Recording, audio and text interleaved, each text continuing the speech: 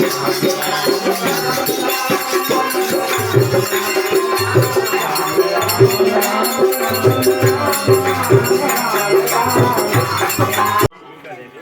संतों भक्तों को राम राम राम।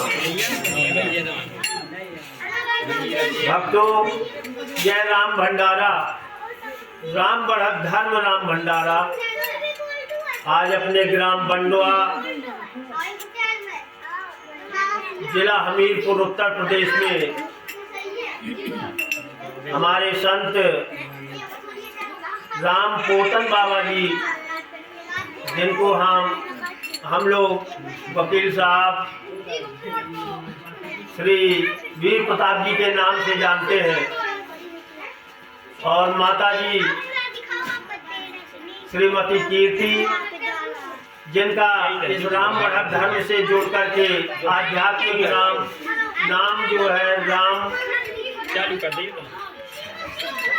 पति माई, ये इनको नाम मिले हुए हैं। आज इसका एक नियम है कि जो राम बढ़त धर्म से संकल्प लेता है, बढ़त लेता है, उसको यह राम भंडारा अपने घर में करना पड़ता है। लेकिन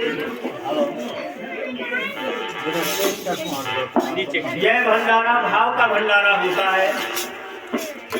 इस भंडारे में आपका भाव अगर है तो छोटा सा छोटा भंडारा भी हो जाता है। ये आपकी सामर्थ्य और श्रद्धा की बात है। जिस रूप में प्रभु की कृपा हो, आपके अंदर काम करते हुए सिर्फ राम राम राम राम राम अपनी जीभ से, मन से, भाव से सुमरण करना होता है। कोई संख्या का बंधन नहीं है, कोई एक जगह बैठने का बंधन नहीं है, माने किसी प्रकार का बंधन नहीं है। केवल मन में भाव, हृदय में राम के प्रति विश्वास हो, सच्ची निष्ठा हो, बस वही प्रेम चाहिए, क्योंकि ये भक्ति है, ये राम भक्ति है। भक्त हमारे भाव से ही भगवान को भी वही भक्त प्रिय है जो भाव से उनको भजते हैं।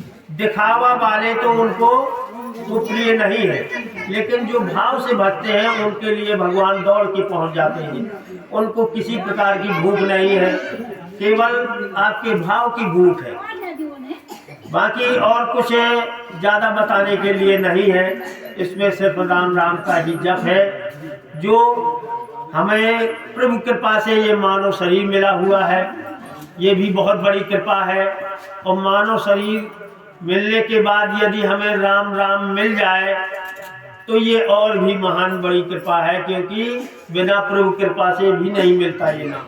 जिसके अंदर खूब चाहे राम, कोई कठिन नहीं है, राम सरल और सुलभ है, कोई भी राम बोल सकता है, फिर भी राम नाम का उच्चारण करने में मन नहीं लगता, क्योंकि प्रभु की कृपा नहीं है। प्रभु की कृपा जिस पर हो जाती है उसको राम राम अच्छा भी लगता है, और जब राम को पकड़ लेता है तो फिर वो राम उसको बिल्कुल नहीं छोड़ते।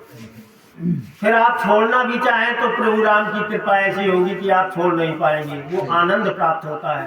तो इसमें राम राम का संकल्प लेकर जो लोग, जो भक्त अगर राम राम जपते हैं तो उनके जीवन में सांसारिक भी और आध्यात्मिक भी हर प्रकार की बढ़त ही होती है, क्योंकि राम बहुत दयालु है। वो आपकी किसी बुराइयों को नहीं देखते, केवल अच्छाइयों को देखते हैं।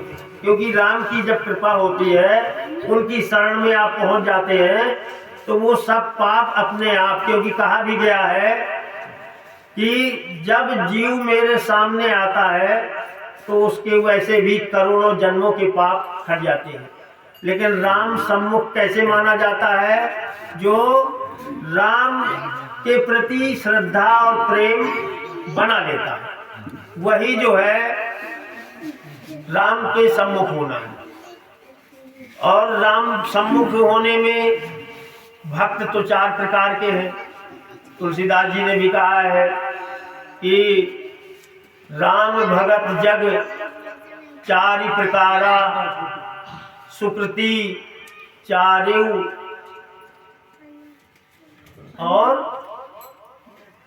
अनघ उदार, माने राम के सम्मुख हो जाने पर, राम के प्रति निष्ठा हो जाने से वो भक्त बना।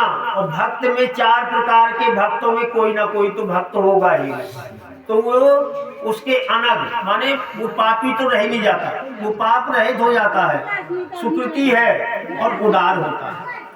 अब हम चाहे अगर आप कहें कि भैया हमारी कामना तो हट ही नहीं रही है, तो भी कामना सहित करो। 4 प्रकार के भगवान गीता में भी 4 प्रकार की बताते हैं कि आर्त भक्त होता है, जिज्ञासु होता है और ज्ञानी होता है। और तो जिज्ञासु, अब अर्थार्थी, ज्ञानी, चार भर तर्स भर, ये पंक्ति है, 4 है। कौन आए? अर्थार्थी। एक भक्त ऐसा होता है जो अर्थ चाहने वाला होता है। जैसे अर्थार्थी भक्तों में ध्रुव का नाम आता है। विमाता के द्वारा जब गोदी से हटवा दिया गया तो उसको राजपाट प्राप्त करने की कामना थी, तो कई हजार वर्षों तक उन्होंने राज भी किया है प्रभु कृपा से। तो ध्रुव को जो है अर्थार्थी भक्तों में माना जाता है। जिज्ञासु, जिज्ञासु में उद्धव और अर्जुन है, जिनको भगवान को जानने की इच्छा होती है, वो भी राम का भजन। तो चारों प्रकार के भक्तों के लिए आधार केवल राम ही राम है। राम राम जप करते ही वो सारी चीजें प्राप्त करते हैं। कामना वाले 3 प्रकार के भक्त आपके कामना वाले हैं, जो अर्थ चाहते हैं, जिज्ञासा है और आर्त है, दुखी है। आर्त में जैसे गजग्राह की कथा आती है, गजेंद्र थे तो वो आर्त में आते हैं, तो भी वो तो भगवान को पुकारते हैं, वो तो जानते भी नहीं थे हम किसको पुकार रहे हैं, लेकिन जब संकट आता है तो वही याद आते हैं। तो उनको ये पता था पूर्व जन्म में कि कोई संकट आने में पुकारा जाए तो आ जाता है। तो लास्ट में जब उन्होंने केवल उस ईश्वर को याद किया और तो केवल याद करने से ही वो प्रकट हो गए और गजेंद्र की रक्षा करते हैं।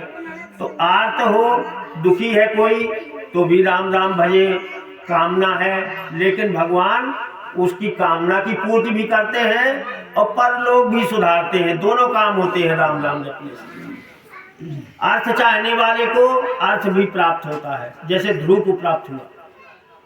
और ज्ञानी, ज्ञानी को सबसे ज्यादा प्यारा बताया है भगवान को। ज्ञानी भक्त सबसे ज्यादा प्रिय क्यों है?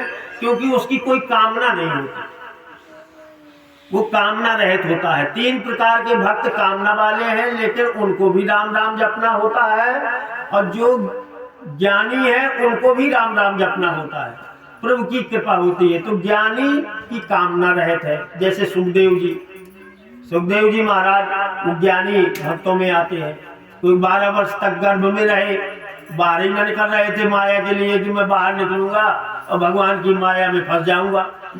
तो फिर कृपा हुई प्रभु की और देवर्षि ने प्रार्थना की, उनको बाहर निकाला, तो तुरंत बाहर संसार में आते ही चले गए। तो कहने का मतलब यह है कि चाहे आप जिस कामना से करें और चाहे कामना से रहित करें, चारों प्रकार के भक्त प्रभु को प्यारे हैं। वो बहुत ही दयालु है। आपकी अभी तक जितने बुरे कार्य किए हैं वो सब माफ है, क्षमा है, सब क्षमा है प्रभु के यहाँ। वो पिछले कर्मों को नहीं देखते, आपका समर्पण देखते हैं, आपका भाव उनकी शरणागति का हो गया, सारे पाप कट गए और सारे आपके वो जो बुरे कार्य हैं वो सब मिट गए। अब आगे उनकी कृपा से ही आपका कल्याण ही होगा, क्योंकि ऐसा हुआ भी है, ऐसा नहीं है। रत्नाकर, डाकू कितने बुरे कार्य किए, लेकिन प्रभु की कृपा हुई, राम राम से ही उनका कल्याण हो गया। फिर कवि कोकिल आदि कवि बने, तो ये कृपा है। रत्नाकर के बाद एक और अंगुलीमाल हुए हैं। अंगुलीमाल को भगवान बुद्ध, महात्मा बुद्ध ने जो है उसका हृदय परिवर्तन किया। तो कैसे? प्रभु की कृपा से। तो उसका हृदय परिवर्तित हो गया। कितने बुरे कार्य किए थे उसने, उसकी तो सीमा में कोई जाता था तो बस खून ही होना है, हत्या ही होती थी। लेकिन प्रभु की कृपा से वो देखो सब अभी पिछले पाप सब माफ और सब आगे के लिए उनका पुण्य ऐसा कि वो महान भक्त बने। अंगुलीमाल भी महान भक्त बने, वाल्मीकि भी बने, रत्नाकर। तो प्रभु की कृपा पता नहीं किस समय हो जाए, लेकिन उस समय आपका मन भाव प्रभु की तरफ होना चाहिए।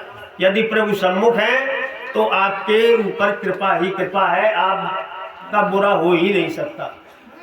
तो यही मैं कम समय होने के कारण इतना ही निवेदन करूंगा।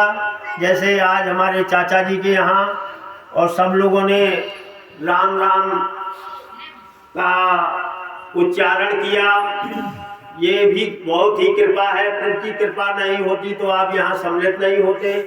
तो इससे आगे अगर किसी का हृदय में ऐसा लगता है कि हम भी करें तो आप कर सकते हैं, क्योंकि जितने यहाँ संत आए हैं सब सालों से राम राम जप रहे हैं। और राम राम जपने वाला भक्त वो साधारण नहीं है, वो भी संत ही है। संत के माध्यम से निमित्त बना करके प्रभु कृपा करते हैं। यदि कोई संत आपको प्रेरणा दे और राम राम जपने के लिए कहे और आप स्वीकार कर लें तो आपको प्रभु की कृपा ही है, वो सब आपका कल्याण करेंगे, निमित्त बनाते हैं। जैसे बंबई में राम बढ़त धर्म राम कुटी में पूज्य गुरुदेव महाराज जी एक निमित्त ही है। वो कहते हैं हम निमित्त हैं, प्रभु राम की ही इच्छा और आज्ञा से राम बढ़त धर्म मुंबई में है, ये राम कुटी है। वहाँ गुरु महाराज क्या है, केवल कहते हैं हम निमित्त हैं, हमें ये राम नाम का प्रचार प्रसार करना है, सारे लोगों को बताना है, क्योंकि कलयुग में केवल यही एक है, आधार है। तो हम तो ये कहते हैं कि हमें मनुष्य का शरीर मिला और प्रभु कृपा से, किसी संतों की कृपा से राम नाम मिल रहा है, तो वो राम राम साधारण नहीं है। क्योंकि राम राम का जप शिव जी ने किया, तो मैं पुण्य राम राम दिन राती और सादर जपहु अनग आराती। शिव जी ने जो राम राम जपा है, तो क्या आपको साधारण नाम मिल रहा है? हनुमान जी ने भी राम ही राम जपा है। सुमेर पवन सुत पावन नामू अपने बस कर राखे रामू। तो ये राम राम आपको साधारण नहीं मिल रहा। उन्हीं से सोचिए कि अगर इतना राम तत्व में कोई विशेषता ना होती तो ये महान बड़े बड़े देवताओं ने, ऋषि मुनियों ने राम राम ही जपा है। तो आज हमें मिल रहा है तो प्रभु की बहुत बड़ी कृपा है। इसलिए सबसे निवेदन है कि सभी लोग अपने हृदय में राम का ध्यान रखें और कार्य करते रहें। राम राम की जय, राम राम की जय। और संतों को राम राम। अभी राम प्रकाश राम बाबा जी ने राम चर्चा का बड़ा विस्तृत प्रभाव बताया। इस कलयुग के दौर में व्यस्तता है, पूजा पाठ क्रिया विधि अपूर्ण और अशुद्धता होने के कारण केवल राम महामंत्र ही इस नरक द्वार से लेकर हमें वैकुंठ के धाम का दर्शन कराने वाला है। और राम का नाम ध्यान करते हुए अपने तमाम काम करते रहिए, राम का ध्यान करते रहिए। यहाँ किसी बात का विरोध नहीं है। कोई राधे राधे बोलता है, कोई श्याम बोलता है, कोई ओम नमः शिवाय बोलता है, उन भक्तों का भी कोई विरोध नहीं है। बल्कि ये देखने की जरूरत है कि ये सारी चीजें कहाँ से उद्भव हुई। ओम नमः शिवाय कहाँ से हैं, प्रभु विष्णु कहाँ से हैं, कन्हैया कहाँ से हैं, राधे कहाँ से हैं। इनका सारा जो उद्गम स्थल है कहीं हमारे दो अक्षरों से उठकर तो नहीं हो रहा। वो दो अक्षर राम है। अध्यात्म में जाकर आप देखें, जो जितना डूबेगा, हालांकि हरि रूप हरि कथा अनंता, इसका तो कोई अंत नहीं है। बड़े बड़े ऋषि मुनियों ने इसका पार नहीं पा पाया है। तो सीधे और सरल शब्दों में बहुत ज़्यादा तर्क वितर्क ना करते हुए, मैं तो अल्प ज्ञानी हूँ, केवल रा और माँ पर विश्वास करके इस भाव से बेड़ा पार करके बोलिए राम राम की जय, राम राम की जय। परम सौभाग्य हम सभी लोगों का कि आज हम राम भंडारा में सम्मिलित होकर के राम नाम का जप कर रहे हैं। भक्त, भक्त की भक्ति और उसका भाव, ये तीन की प्रधानता भक्ति में होती है। और इसमें राम के नाम की महिमा। एक बार श्रृंगी ऋषि स्नान करके अपने आश्रम की ओर जा रहे थे।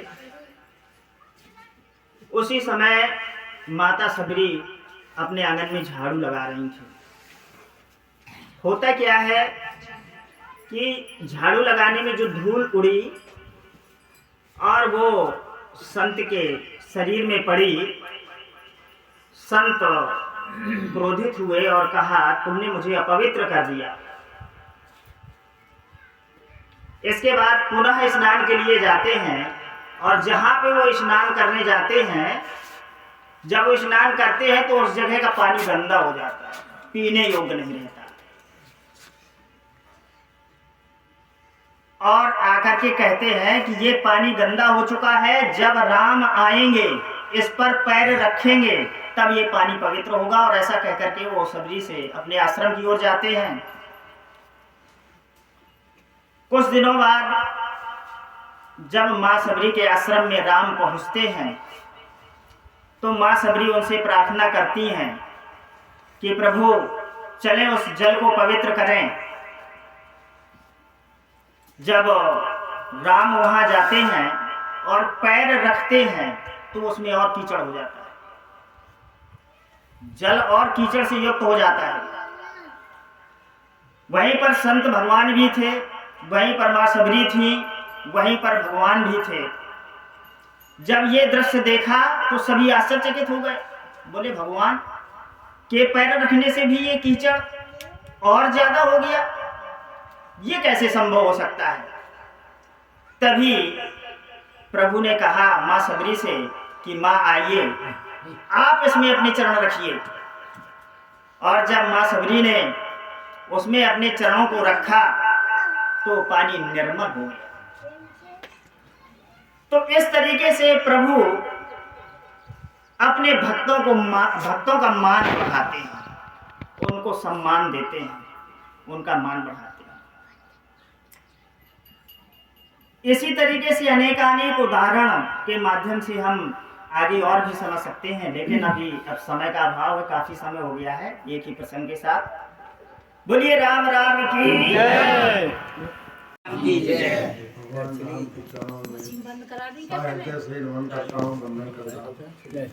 बहुत अच्छा प्रोग्राम है।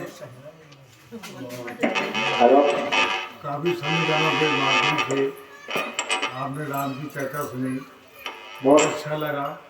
और मैं तो ये आशा रखूँगा द्विवेदी ने जो हमने कहा ये राम से जो आया है, मुझे भी वास्तव में देखा गया भगवान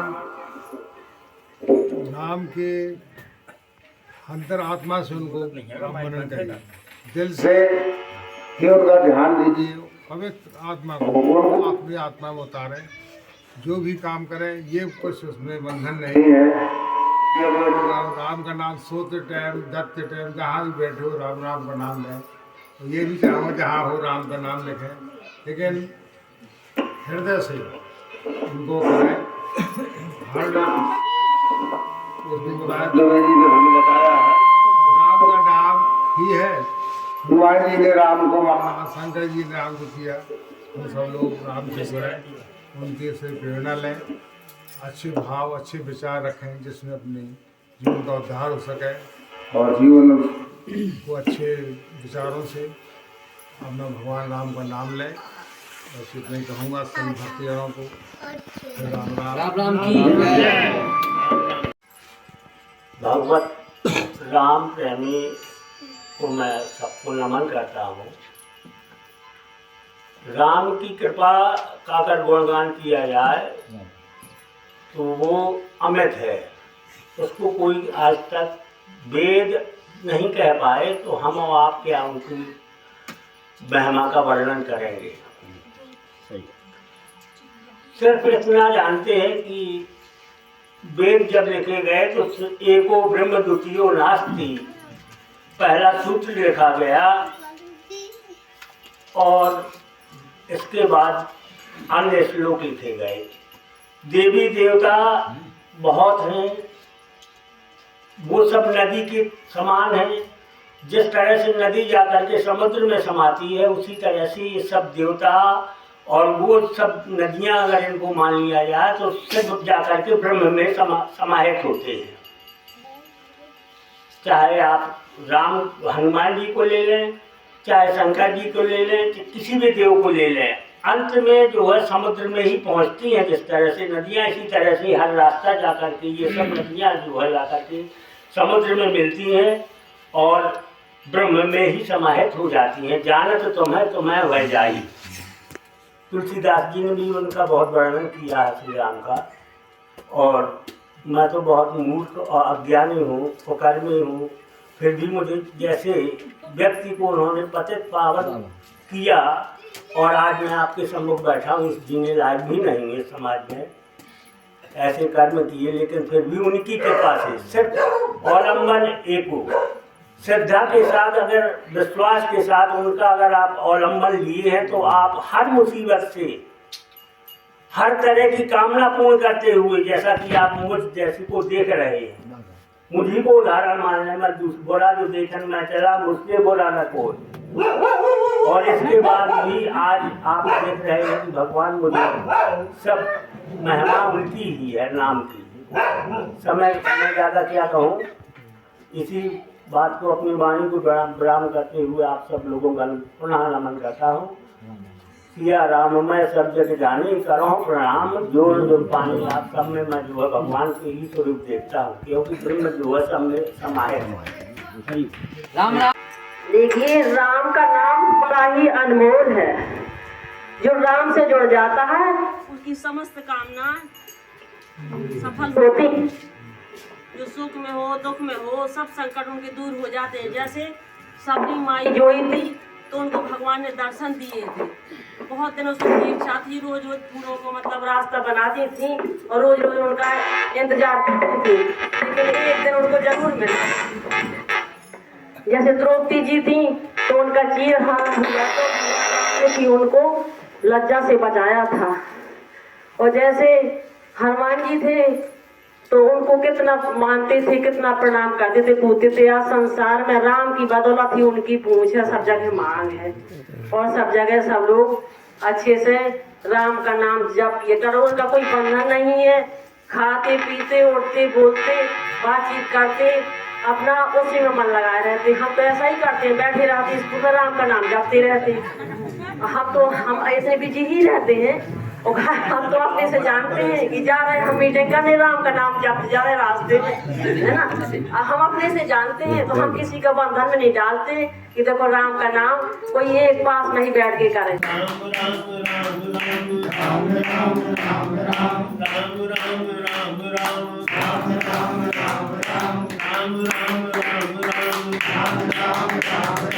राम राम की जय। राम राम की जय। राम राम की जय। राम भंडारा की जय। राम भंडारा की जय। भगवान।